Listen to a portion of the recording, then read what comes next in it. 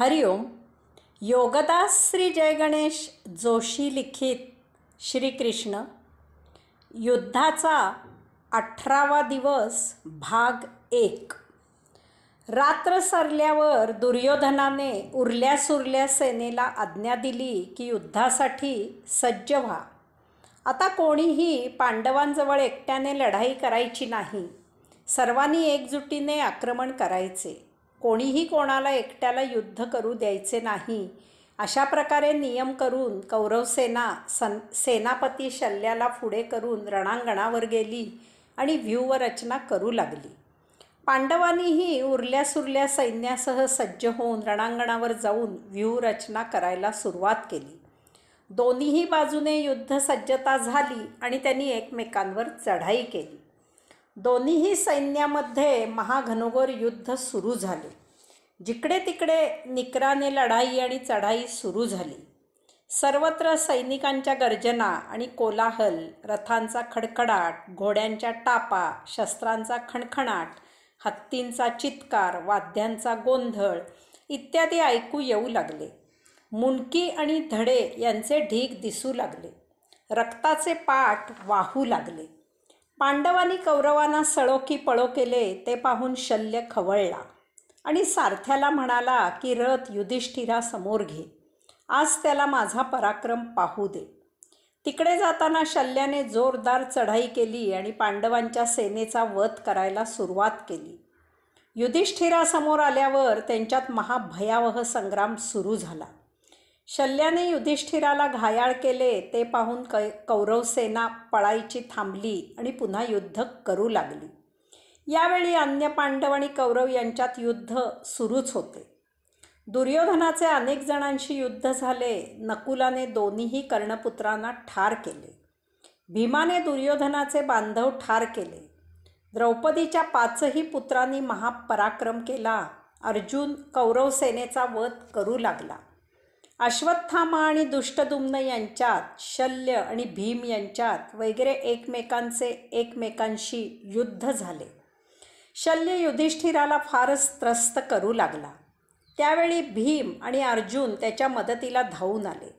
युधिष्ठिर आपल्या बांधवांना म्हणाला, आपण सर्वांनी आपापला वाटा युद्धामध्ये यशस्वी पार केला आहे.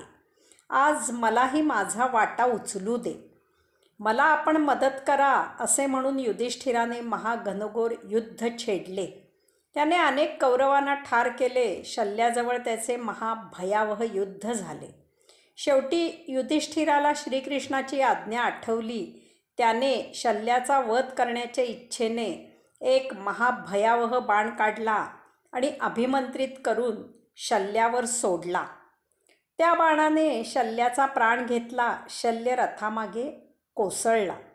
शल्य ठार झालेला पाहून दुर्योधनाला काहीही सुचेनासे झाले. तो दिग्मूढ झाला आणि सैन्याच्या मध्यभागी उभा राहिला. त्याच वेळी आपला राजा ठार झालेला पाहून मद्रदेशी योद्धे खवळले आणि ते युधिष्ठिरावर धावून गेले. त्यावेळी दुर्योधन त्यांना थांबविण्याचा प्रयत्न करू लागला. तथापि त्याचा काही उपयोग झाला नाही.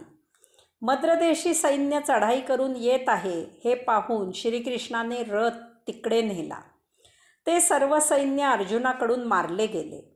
अर्जुनाने एकट्याने कौरवांचा वध सुरू केला ते पाहून अश्वत्थामा अर्जुनावर चालून आला. त्यांच्यात महासंग्राम झाला. अश्वत्थामा अर्जुनावर चालून गेलेला पाहून इतर कौरववीर अर्जुनावर चालून गेले. त्या सर्वांबरोबर अर्जुन एकटा महापराक्रम गाजवत युद्ध करू लागला. काही वेळाने तेथे भीम, सात्यकी, शिखंडी, नकुल, सहदेव आले आणि निकराची लढाई सुरू झाली.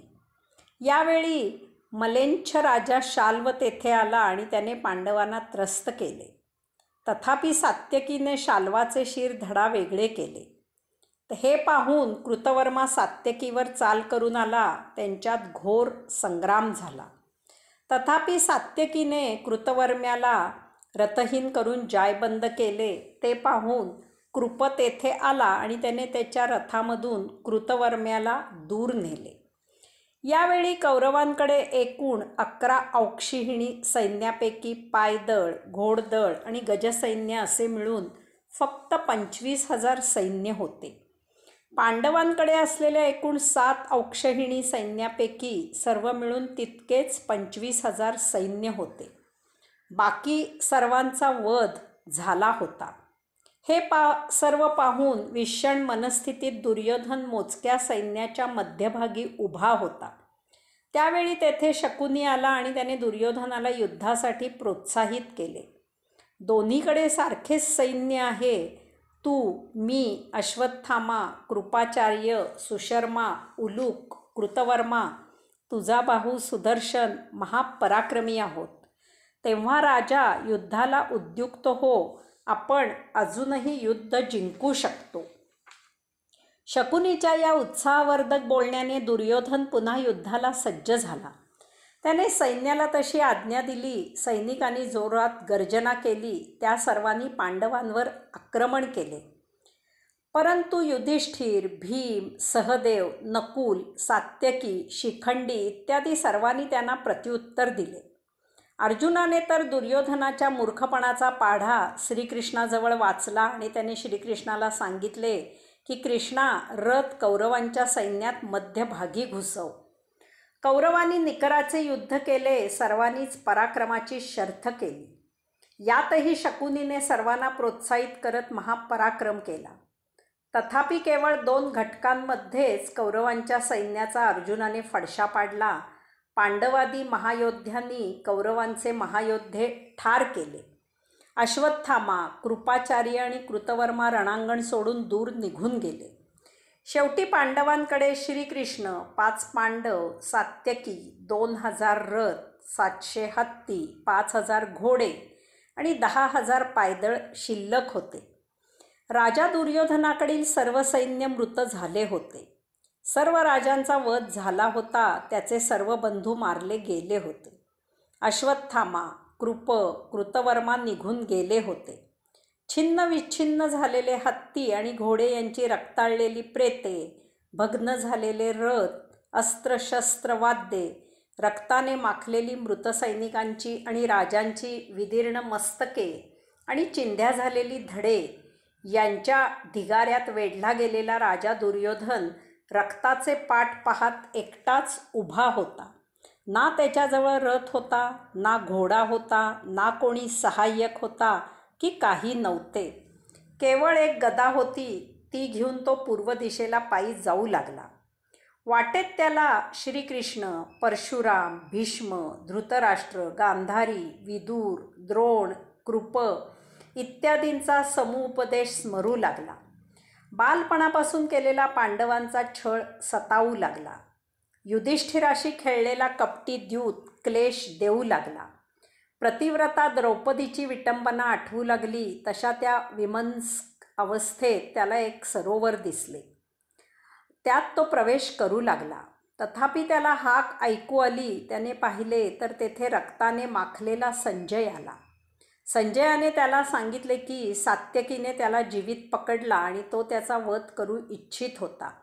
परंतु तेथे व्यासमुनी प्रगट झाले आणि त्यांनी संजयाला मारू नये असा सात्यकीला सल्ला दिला. यामुळे सात्यकीने त्याला कवचहीन, शस्त्रहीन करून सोडून दिले. हरिओम.